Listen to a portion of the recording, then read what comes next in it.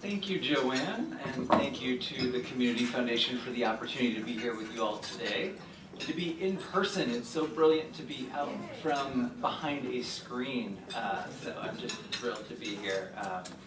And thank you for those kind words, Joanne. I have great admiration for the Community Foundation and for the work that you all are doing here in Jacksonville and beyond here. Your efforts have rippled throughout communities across the United States, so congratulations. So as Joanne mentioned, my name is Nick Tedesco, and I'm the President and CEO of the National Center for Family Philanthropy. And we are a network of philanthropic families that are dedicated to the exploration of effective practices. And we have the distinct pleasure of working with hundreds of philanthropic families from across the United States and, in fact, the globe on partnering with them on their philanthropy. And it really provides us with a unique vantage point on the trends of family philanthropy, on the challenges of family philanthropy, and the opportunities of family philanthropy. And so I'm excited for us today to explore what we're seeing and share some of our reflections with you. So today we're going to talk about three things, and there is no shortage of topics that we might cover. But we're going to talk about what makes family philanthropy unique. We're going to talk about how families can be successful, and we're going to talk about how to embrace emerging trends and practices in the ever-growing field of family philanthropy. So our goal really is to bring to life the opportunities and the challenges of family philanthropy with the recognition that there is no one right way to do this. Family philanthropy is dynamic, it's personal, and it's imperfect. And so I want us all to reflect on the questions themselves, to be in conversation with one another today, and to challenge some of our assumptions, our norms and practices on perhaps what we believe to be true around family philanthropy.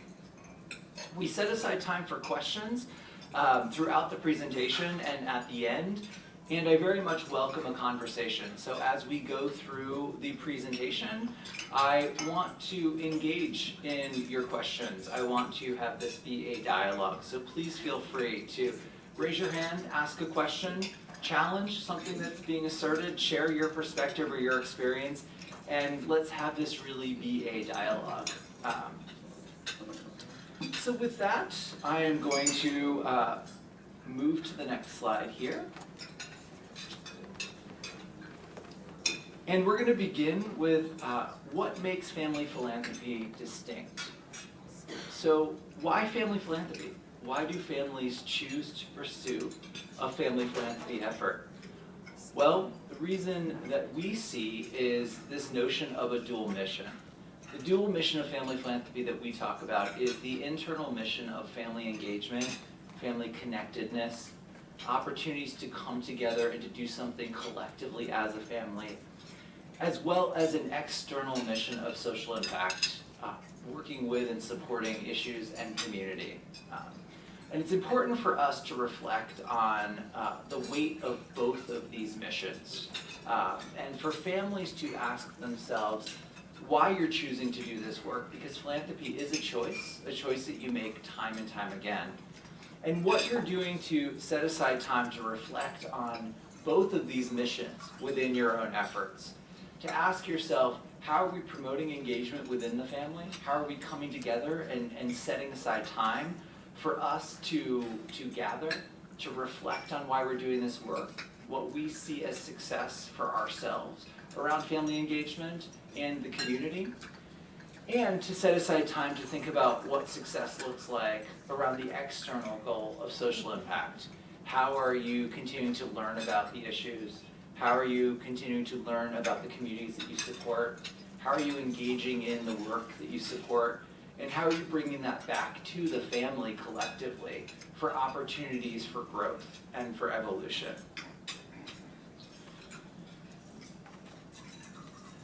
So what do we see as practices of effective philanthropic families?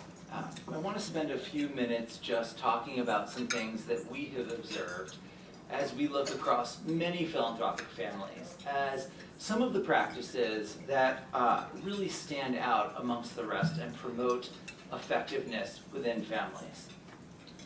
So the first is a shared understanding of motivations and values. In families that really do embrace effective practices, in families that meet success with their philanthropy, we see that there is a clear shared understanding of motivations and values. These families are taking time to reflect on why they're doing the work. They're taking time to explore and define the values that are undergirding their work, the values that they are mirroring back into community, the values that are guiding their decisions to either pursue an opportunity or not pursue an opportunity, the values and the motivations that keep people together around the table collectively to be doing this work. And something to note on defining your purpose, the motivations and values, is that it's something that many families will often do once, but something that we encourage everyone to do time and time again.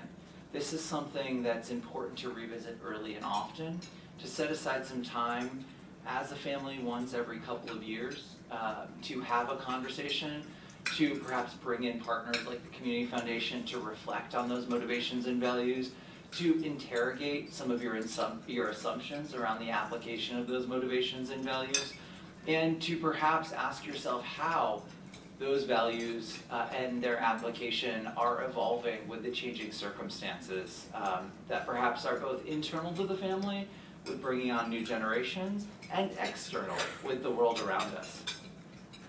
The second practice that we see is the commitment to the collective. So this is where we see a lot of struggles in family philanthropy, this tension between the individual and the collective. And there is going to always be some sort of inherent tension when you have a collective effort around the presence of an individual in the collective. And what we say is to make room for that, to first and foremost acknowledge that family philanthropy is the act of a collective, right? This is not individual disparate efforts. This is a group of individuals coming together to find shared alignment, again, shared motivation, shared values, shared commitments. And so we ask our families to ask themselves, how do you think about this? How do you define this commitment to the collective? Are you having the conversation with the family members involved in the family philanthropy around what it means to be doing this as one? Are you making some room for perhaps discretionary funding for individuals to pursue their passions within the collective and to be able to engage in the collective with an absolute commitment, knowing that they also have some opportunity to express their individuality within that collective? Is everyone aligned to and committed to a pursuit and a reflection and a commitment to the collective? So this is the second. The third is clear decision-making frameworks. What we see with families who truly embody effective practices is that they have spent time to really define how the decisions are made and who makes the decisions. They are talking at length and early and often about how they're coming together, when they're coming together, and who is coming together to make decisions. And we can go into much more depth on this, but this truly is the core of what we call governance. And again, the way that we define this is the who and the how. Who's making those decisions, right? Who's included in this process, and how are those decisions made? One example of this is merely naming the decision-making frameworks that you're going to employ in your family philanthropy. Are you going to have a unilateral structure where perhaps one or two people are the ultimate decision makers? Or are you going to have a model of getting to consensus? Or are you going to be somewhere in the middle where perhaps majority vote of the collective is going to get you to a place of agreement, commitment, and execution on your decisions? Even just naming that is going to save you some time and is going to promote efficiency. The third practice that we see is open and honest communication. There are a lot of dynamics within families And that is an understatement. There are differing political viewpoints, there are different experiences, there are relationships people are bringing into the conversations that have a lot of oftentimes fraught dynamics. And so how do you have open and honest communication? How do you acknowledge that you're coming together as members of this collective, as partners, as equals, as decision makers that are truly there for a common purpose? And how are you really promoting a way to be in dialogue with one another that is rooted in respect, that is rooted in, again, shared purpose and alignment, and makes room for addressing conflict when conflict arises, because it will arise. And so there's no way to avoid it, but there are ways to mitigate it, get around it, and make sure that it's healthy when you address it. The last practice that we elevate here is the practice of renewal and assessment. How are you, both with your internal mission of family engagement and your external mission of social impact strategies, how are you thinking about renewal and assessment? How are you asking yourself, maybe once a year at a family meeting, let's pause. Let's ask what we're learning. Let's ask how we might want to shift in what we're doing, in both the ways that we come together as a family and engage one another and communicate with one another and make decisions with one another, and how we support community and issues. So really this commitment to renewal and assessment is critical from a dual lens. So these are some of the practices that we lift up. What I want to spend a minute on now is how can families be successful? How can you now extend out those practices? Well, the first is focus on what unites you. So again, as an act of the collective, it's important to find that space where there's intersections. First, name who you want to engage in the family philanthropy, right? If you're the matriarch, the patriarch, the chief decision makers at the generational level that is owning the decisions, think about who you're inviting into that philanthropy or who already is engaged in that philanthropy, and have that conversation on what unites you, both from a values perspective, from a motivations perspective, and from an issues perspective. How can you explore where there is shared alignment, shared agreements on the how of your work and on the what of your work? As we mentioned about conflict, plan to prevent conflict by having clear decision-making structures. We just talked about that. Again, it's not that you can prevent the conflict, but you can mitigate the conflict. And so make a plan. How do you address that? Who's going to address that? What is that going to look like?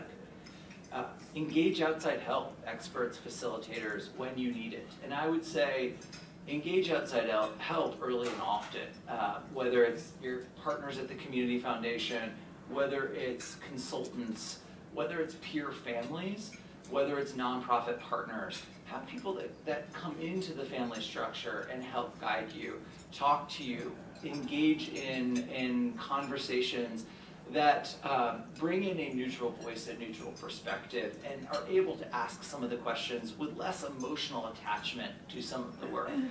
We always say that some of the most important things to do as practitioners of family philanthropy is to ask yourself questions, is to take a bit of a Socratic posture on things, right? And interrogate what you've done, interrogate what you know to be true.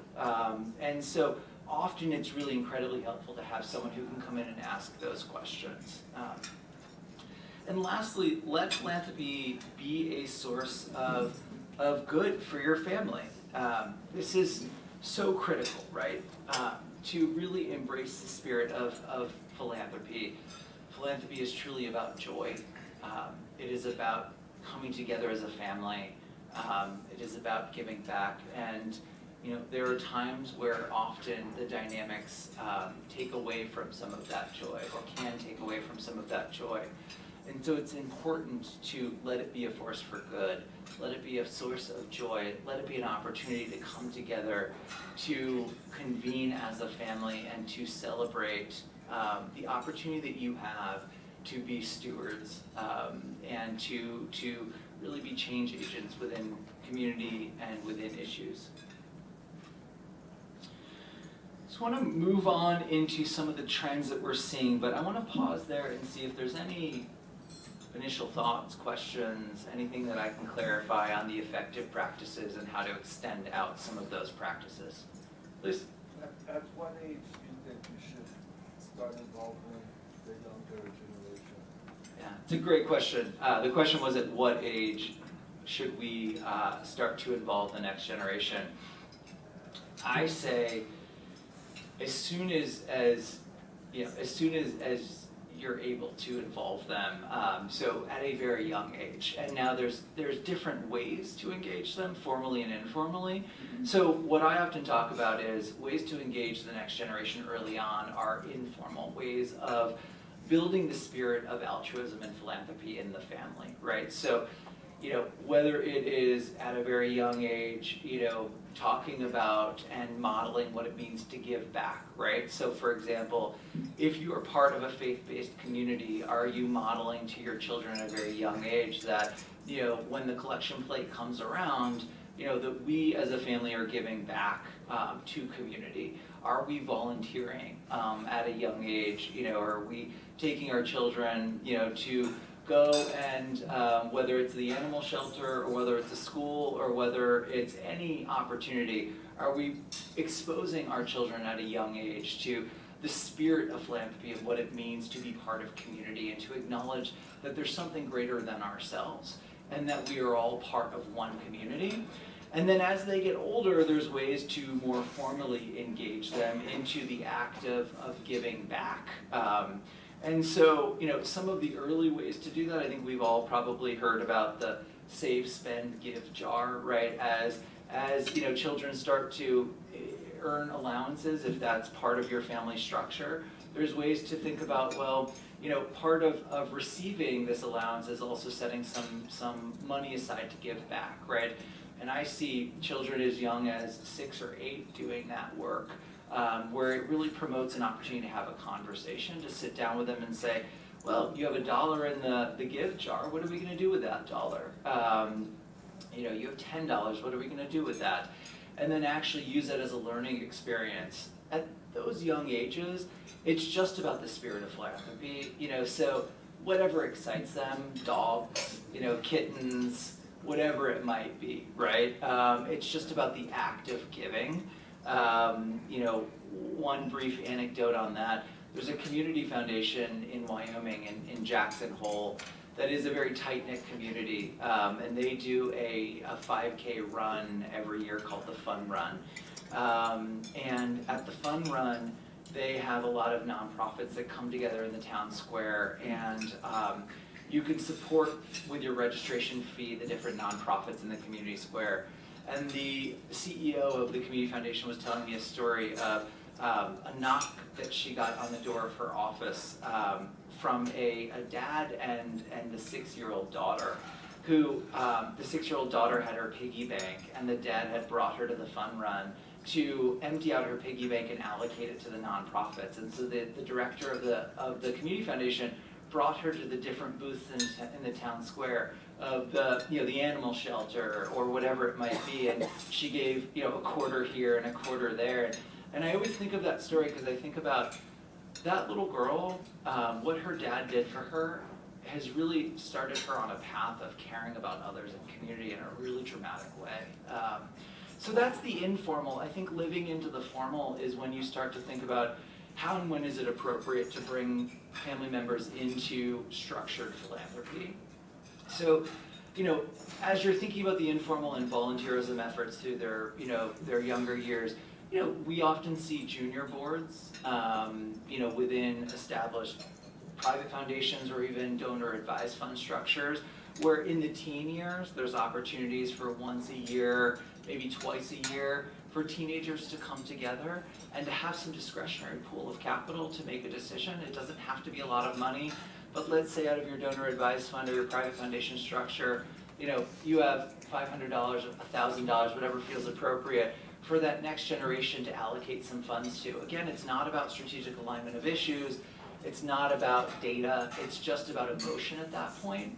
So, and the act of giving. So give them some discretionary capital and have them start to come together and make decisions with you. And then know that there is going to be a period of time where they need to find their footing in the world, and then make room for them to come into the family philanthropy in a more structured way when it's appropriate. And we often think about that, it's very different for every family, but certainly in the 20s, mid to late 20s and 30s feels appropriate for many families. Other comments, questions, thoughts before we move into the trends? Great, well, let's touch on the trends here. So we could spend days on this, and I will be very mindful of time. But we are in a significant moment of shift for family philanthropy and for the world at large, as I think is likely an understatement here.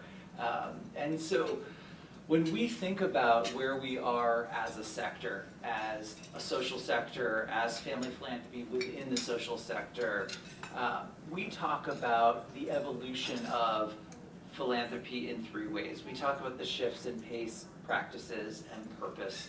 And so I'll talk to you about the trends that we're seeing that are embedded in each of these shifts, with the goal that each of you will take some time to reflect on potentially the shifts that you might make, because philanthropy, again, is something that continues to evolve, right? It is something that is very much a conscious effort that requires intention, that requires reflection. And so it's helpful to highlight these shifts, not in their absolute form, but to be able to see how you might apply these shifts and how you might embrace some of these shifts. So we'll start with pace. So what we're seeing is, and what we have noticed over the last 2 years, is that the pace of giving is accelerating.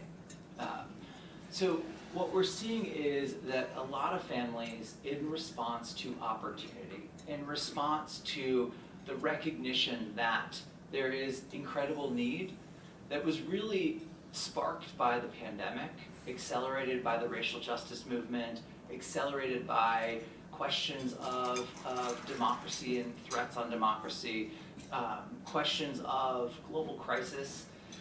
We are seeing a lot of families that are saying, if not now, then when, right? If philanthropy truly is born out of opportunity, if it's something that we have as a family decided to commit to be able to help support issues in communities, then perhaps now is a time for some additional investment. It doesn't mean that everyone is moving to a limited lifespan entity and zeroing out their donor advised fund or their private foundation, but we're seeing more flexible constructs in how people are thinking about putting capital to work. So there are a couple of trends that we're seeing under here. The first is that we're seeing a lot of people rethink their orientation to risk. There is an urgency that I think we all have felt over the last 2 years to better support solutions and interventions, right? When we look at the pandemic, I think we all can recognize that our health system is broken. It's in need of great reform. I think we can acknowledge the same for our education system and for many other systems that support our social structures, right? Many of these systems are predicated on broken, biased, and prejudiced infrastructures. And so we need to fix these systems.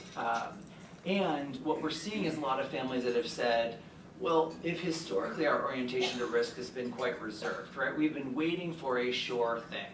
We've been waiting for that quote-unquote return on investment, and we've taken a more methodical and slow approach to things. The pandemic has really called into question the importance of embracing risk and acknowledging that if we don't take risk, then we won't actually see the level of change and the level of progress that we need. And that means a reorientation to the concept of failure. What does failure mean? What's the conventional term for failure, and does that apply? As Joanne mentioned, I've worked in the sector for about 2 decades. I was at the Bill and Melinda Gates Foundation for a number of years, and something I really took away from my time working with the trustees and many of their partners is this orientation of risk. and rethinking failure. Failure is actually something that informs your actions and the actions of others. And so it is not a failure, it's actually a success. One of the other trends that we're seeing on the pace of giving is the notion of perpetuity and payout here. So as I mentioned, a lot of families are actually reflecting on, so are we perpetual? Are we something that's going to go on in perpetuity without a named end date, or are we going to be something that's limited? That's one end of the spectrum. What we're also seeing more commonly is people saying, well, I've historically had a default set point for how much money I'm giving a year. I had a budget for this, right? Whether it was through a regulation because I have a private foundation, or whether it was through something self-imposed, I've given a set percentage of the capital I've allocated every year, and that's the rhythm that I've done. What we're seeing is a lot of people that are saying, well, what if I take more of a flexible approach to that, more of an opportunity-driven approach to that? What if I ask what's needed in community at this given time? What if I ask where my capital might have the most meaning and impact at this given moment in time? And what if I think about this more flexibly? So what if instead of 5% this year, I give 10% for a year or two, and then I go back to 5% when the need maybe isn't so dramatically pronounced, right? It'll still be there, but maybe not as pronounced. And so what we're seeing is a lot of people embrace more of that flexibility. And what we've also seen on the data is, particularly for endowed entities, if you actually flex above what was traditionally considered that 5 to 7%, that would continue to promote perpetual endowments, is that it actually doesn't compromise perpetuity. So we're seeing people that for a period of 3 to 5 years might flex into double digits and still hold the corpus as they have before. So again, we're seeing the pace here accelerate, and that's one of the first shifts. I would ask you all to think about, what is the pace that you take? What is the construct of the pace? What guides that? How are you thinking about the pace? And what do you want to see out of the rhythm of your giving? The second is the practice. This is, I think, where most of the conversation has been in the sector, which is, how is the practice of philanthropy changing? How is the practice of family philanthropy changing? And what we're seeing is a number of trends around the practice itself. We are seeing that families are really pausing. This has been a big moment of pause for families. I am getting phone calls early and often from families that are saying, we're coming back together for a family meeting or a board meeting to reflect on our practices and ask ourselves, are they serving community? Are they serving to address the issues? And might we shift in our practices as different practices become more known and ever present? So some of the practices that we have seen that are really the topic of conversation that I want to highlight here are up on the screen, and I want to call out a couple of these. So first is, there is a lot of conversation around leading with trust.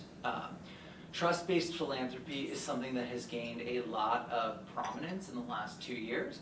It's something that many families have embraced for generations, but quite honestly, it's something that's really come into the public light. So how many of you are familiar with the Trust-Based Philanthropy Project? Anyone? So a few of you, fantastic. If you haven't checked out the Trust-Based Philanthropy Project, take a look at their website.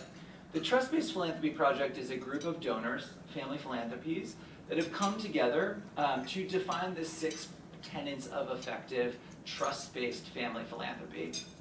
And so some of the tenets of trust-based philanthropy are to think about multi-year commitments to allow nonprofits to have a runway to do the work they need to. It's to lessen as much as possible the burden on nonprofit partners. So for some people that means rethinking reporting requirements, rethinking the form that reporting requirements take, the frequency of reporting requirements. It also talks about doing your homework and going into conversations and relationships, already doing some of the work yourself as the donor, right? talking to peer donors that potentially are in relationship, talking to intermediaries like the Community Foundation, doing publicly available research on the organization. And so some of these tenets of trust-based philanthropy really do help to orient donors, nonprofit partners to meet success. Similar to trust-based philanthropy, we're hearing a lot of conversation around listening and a posture of embracing listening practices much like trust, and they really do go hand in hand. There is a group called the Fund for Shared Insight, if anyone is interested, that really does chronicle listening practices of families. And the idea here is to ask yourself how you're making decision with community, because truly that is a shift that we're seeing many donors make. And that is a challenge. It's a challenge to not only ask yourself how to do that, but to embrace a commitment to listen. And so what form does that take? Well, for some families, it means inviting in some independent and community voices as decision makers, in their governance structure, whether it's a private foundation or a donor advised fund, and whether it's formally or informally, but thinking about how you go beyond yourself and the family in making those decisions. So what we're seeing with a lot of private foundations is we're seeing an exploration around community and independent trustees. Now, that is a process for many families around, well, maybe we're not ready to invite in formal voting members that hold the same, decisions that we do as a family. So maybe we're going to have advisory members that will inform the work that we take, but don't vote on the work. But then we're at least asking for the opinions of community. For others, they're truly inviting in voting members that are independent or community-based trustees.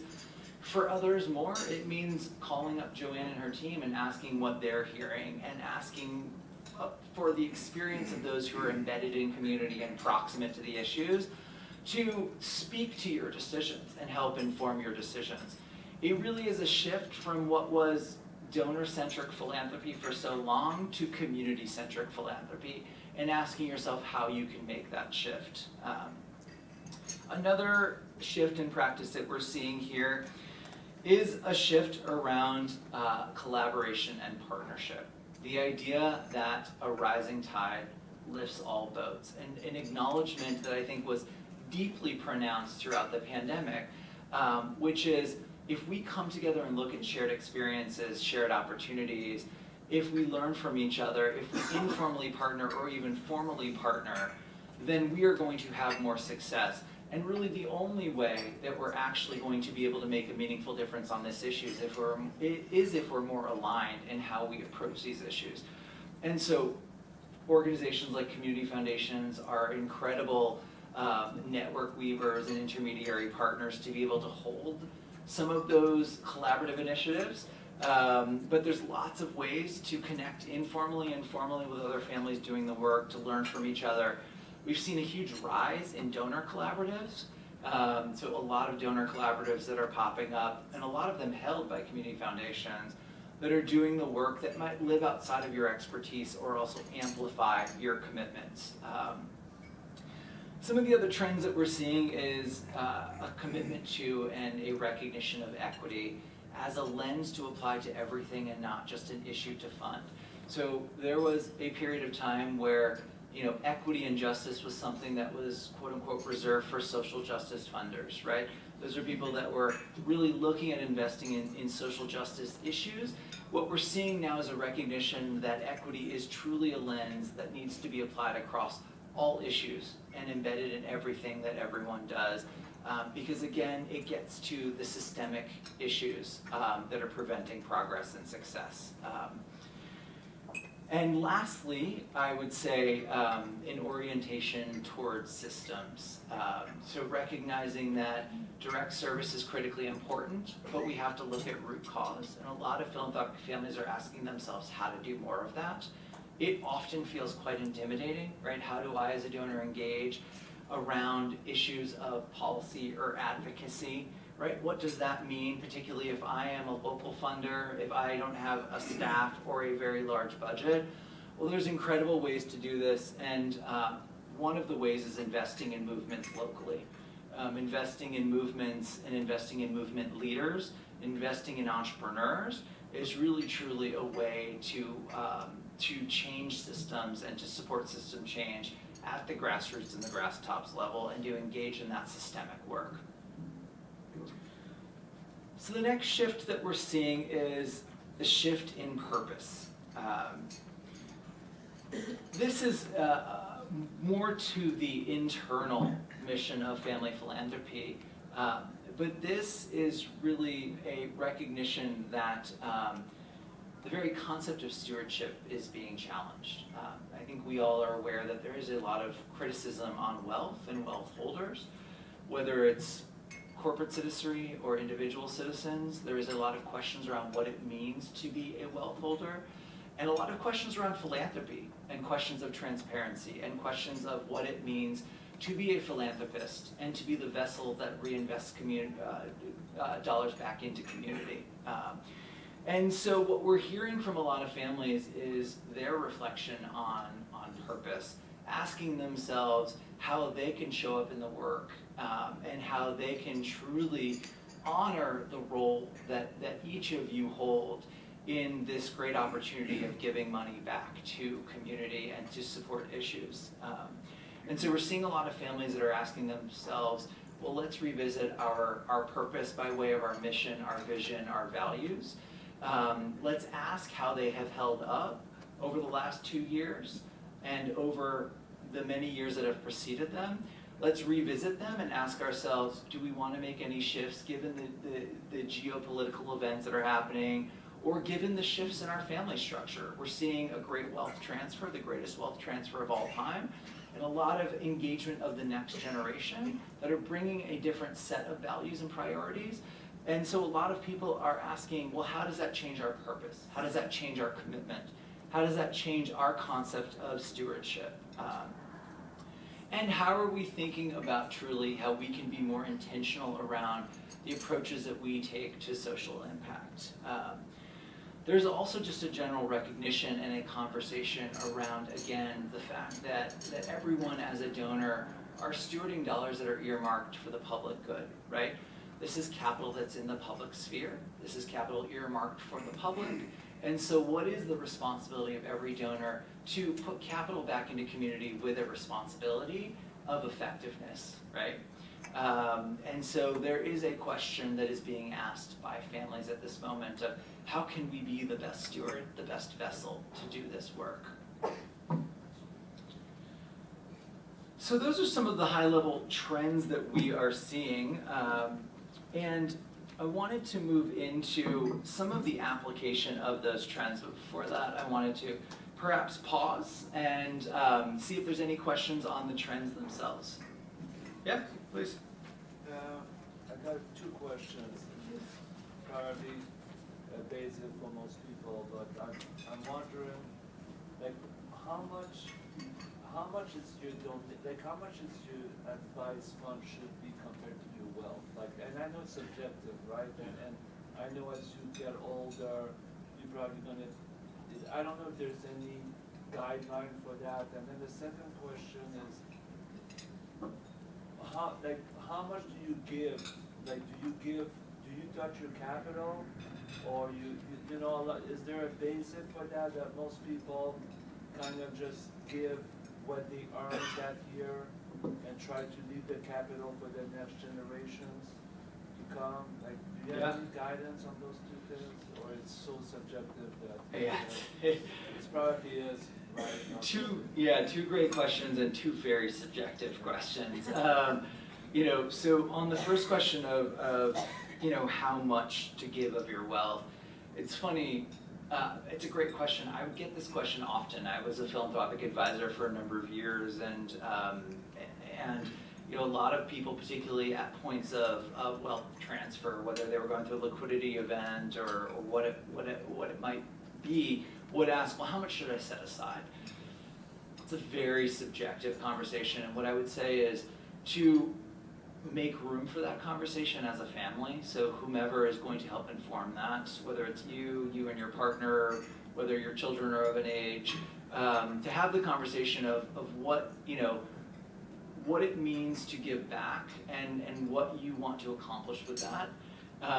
there's some very formal tools that can help you map this work. I mean, every financial institution, and I don't know if the Community Foundation does to this degree, but certainly financial institutions do mapping exercises where they can actually work with you on, what do you think you need to afford for your lifestyle, now and in the future? What do you want to leave for your children, and what's left over? And out of what's left over, what do you want to use for your discretionary lifestyle versus your philanthropy? And that really is a subjective decision. I think that the literature has often said, the most common set point is, and this is really kind of mirrored out of a historical kind of Judeo-Christian value set, is 10%, right? 10% has been the tithing kind of norm in our society for so long. I think a lot of people have taken that position of 10% of my wealth goes back into community. I've worked with people that have put 90% back in, and there's obviously disproportionate sizes of wealth, right? It's easier for Bill Gates to say he's going to give 90+% of his wealth because he's got $100 billion, and so 1% of that is good, and so it's very different. So I would say it's discretionary. Same with the spend. I mean, there's two approaches to this. There's the endowed approach of I'm going to set aside X amount of dollars and put it into a donor advised fund, and every year, if I want that donor advised fund to go on in perpetuity, right, forever, then I'm just going to spend what the interest earns, right, which is typically 5 to 7% with inflation. In a good year, it could be 10%. And so if you're deciding that you want this sum of money to go on for generations, then you're just going to spend what's covered by the investment returns. But for many other families, they actually decide, well, you know what, this is going to be a more time-limited effort, right? And a lot of that goes back to purpose. The question of what am I trying to accomplish with my philanthropy, and the internal and external mission, right? If my philanthropy is something that I want to be the tool to keep my family together and convene my family for generations to come, then perpetuity is going to be my set point, and I want to make sure I'm setting it up for that. If that's less of a concern, right, and maximizing social impact in the now is the primary motivator, then that timeline looks very different. So thoughts on the trends, questions on the trends, reactions? Are these trends that you've heard before? Do they resonate? Are there practices you're employing or ones you avoid? Criticisms?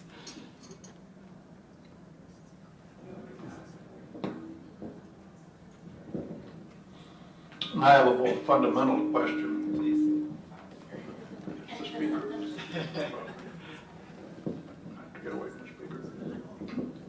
With your extraordinary career and with the exposure to so many different philanthropic families and processes, how should the philanthropic community define success? How would you instruct not just us, but all of those in the philanthropic world? How should we define success? Wow, it is a wonderful question and a very existential question. I think my answer would have changed and probably will continue to change as I navigate throughout my career. I think in this moment, the thing that's really coming up for me as you ask that question is how to define success here within this room. How do we all define it as the donors? I think going back to what we were talking about with some of the shifts in practices, are we truly listening? Are we providing our capital as something that is in support of and in response? Is it interventional capital that is in response and in support of community needs and opportunities, right? When I think back to even 5 or 10 years ago, the movement of strategic philanthropy was quite pronounced. And that really centered the donor, right? It was about coming in with some assumptions and assertions on perhaps what interventions might work, and having strong accountability metrics from the donor's perspective on whether success is being met by the nonprofit implementing partner, right? And it was a very top-down approach to philanthropy that I think we all learned from. And so success for me at this moment and moving forward is, how do we get more proximate to the issues? How do we listen to community? How do we become more knowledgeable about the capital we're putting to work? And how do we bring forward a posture of humility to be able to say, I want to hear about the opportunities, I want to learn about the possibilities, and to be able to then really put that capital to work and put it in the hands of decision makers that can have the latitude to make those decisions. And that's not without time and effort and partners like the Community Foundation. And truly, that's one of the things that I often talk to donors about in my current role, in my past life, is philanthropy takes a commitment of time to do well.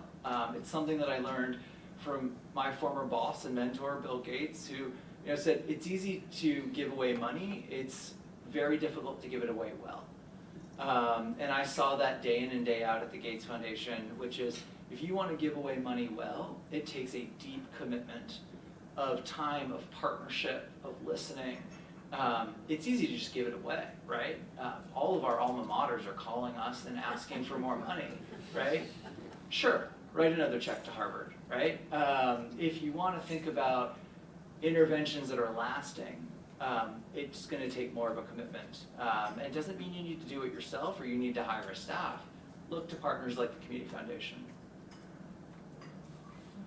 In hearing some of what you were saying, it sounded to me as though I'd like to hear your views on balancing needs-based or needs-responsive philanthropy versus opportunistic, forward-thinking, pre-curative, creative, blah, blah, blah, blah, blah. Like there's the inoculate everybody in the world against smallpox kind of preventive, social values there, and then there's feeding Northeast Florida during the midst of the pandemic when they came, food is hard to come by. So Yeah. Can you talk Yeah, about of course. And if I'm hearing the question correctly, because there's two ways you can answer it, which is, are you thinking about for yourself strategic versus reactive within your funds, or systems versus direct service?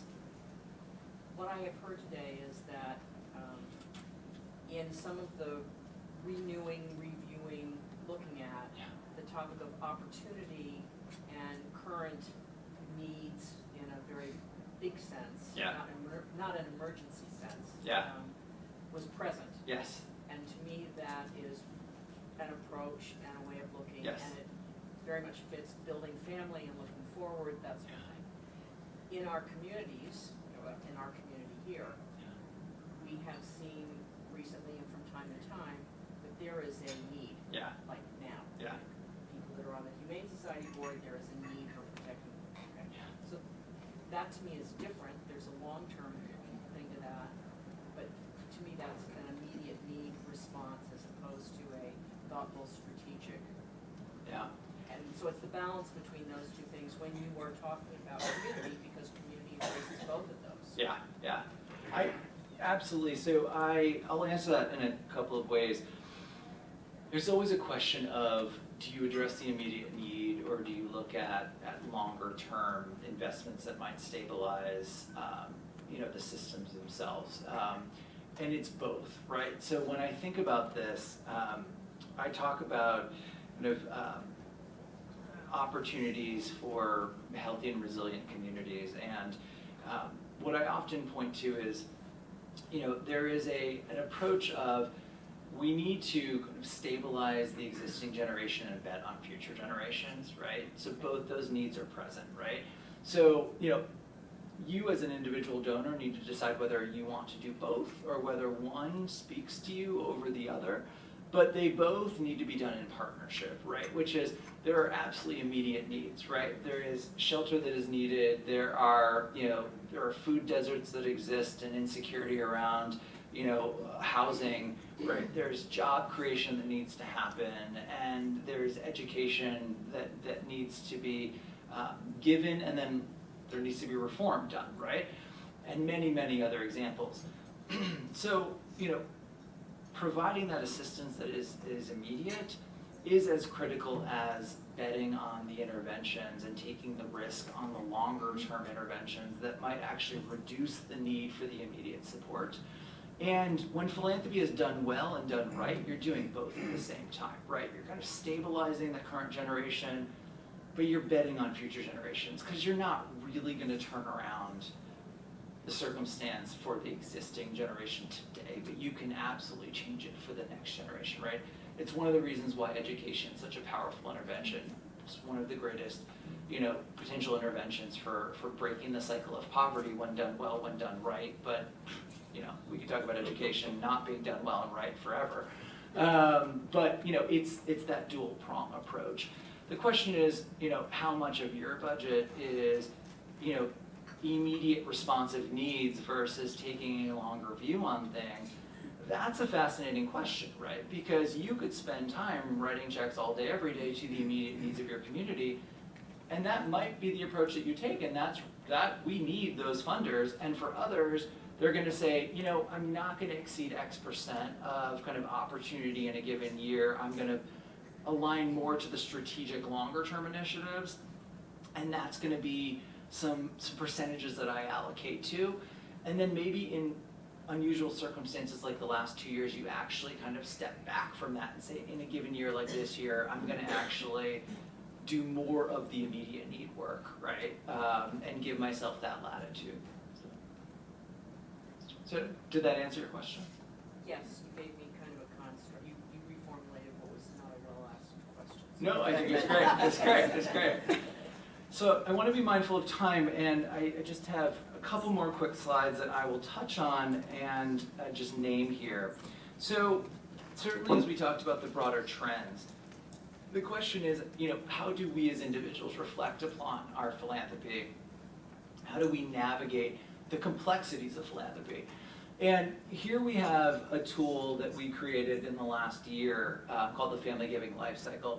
And this is a tool that was really born out of my work with families across the last 15 years, across my tenure with the Giving Pledge and being a philanthropic advisor, that acknowledged first and foremost we need to demystify the decisions that need to be made as a donor, as a philanthropic family. And that there are moments in the life cycle of philanthropy where you can either stall out due to uncertainty or you can accelerate when you have some of the pathways that other families have taken, the tools and the resources to navigate the questions themselves. And so we created the Family Giving Lifecycle, which actually names the 7 points of inflection. This is not linear. Some of them may not apply to you, and you're going to hop from one to the other and revisit them throughout your time as a philanthropist. But it at least names the 7 points of inflection. It acknowledges that everyone needs to have a conversation and many conversations on your purpose, your mission, your vision, your values. We all need to talk about what impact vehicles and structures we're going to employ. Is it a donor-advised fund, a private foundation? Is it an LLC or a C4 advocacy org? Is it direct check writing? What is that?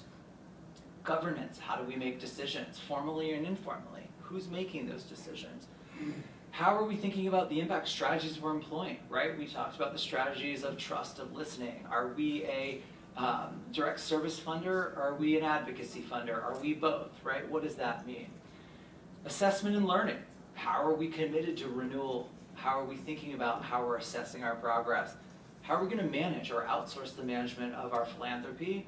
And how are we going to think about engaging that next generation, promoting conversations on our legacy as emergent, and thinking about our succession? So as you are navigating the life cycle, these are some questions to ask as I just went through a number of these. When and how do we revisit our philanthropic purpose, our motivations and values? What is the most appropriate vehicle to accomplish our objectives?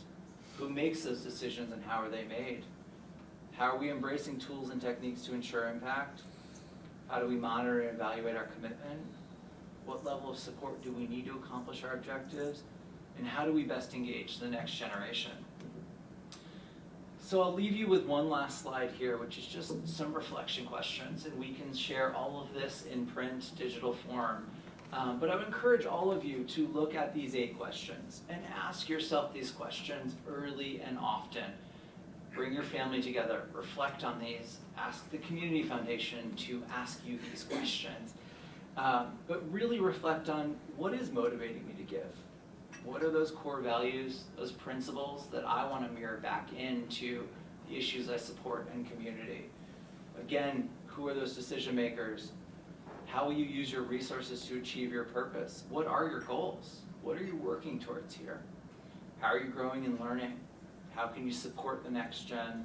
How will you shift your practices to look beyond traditional methods, things that are comfortable to you, things that you know, to look beyond perhaps what is in your immediate line of sight? What's the purpose of philanthropic capital? What does it mean to you? What does it mean to the sector? And what is your role? What does it really mean for you to be a donor in a philanthropic family? So something to think about, not easy questions, and certainly not ones you're going to answer all at once, but I think I've run out the clock, and I just really appreciate the time and your attention, and hopefully some of this stays with you.